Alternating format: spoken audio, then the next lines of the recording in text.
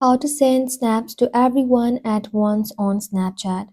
Hello everybody and welcome back to our channel. So let's get started without any further ado. For that, first of all, you want to go ahead and open Snapchat application in your mobile device. Once you open Snapchat, you want to go ahead and log into your Snapchat account. So once you're logged into your Snapchat account, you want to go ahead and tap on the chat icon and then you land in the chat section. From here, tap on this three dot at the top right corner, tap on a new shortcut, and just like so, select everyone.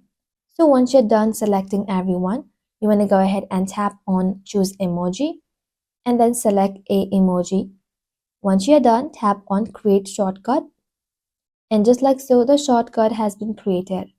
Now head back to the camera section, go ahead and click a snap, tap on send to, and then you'll find an emoji right over here.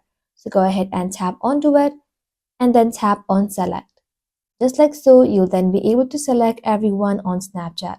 So if you would like to send your Snapchat to everyone at once, tap on the send icon and then it will get sent to everyone at once on Snapchat.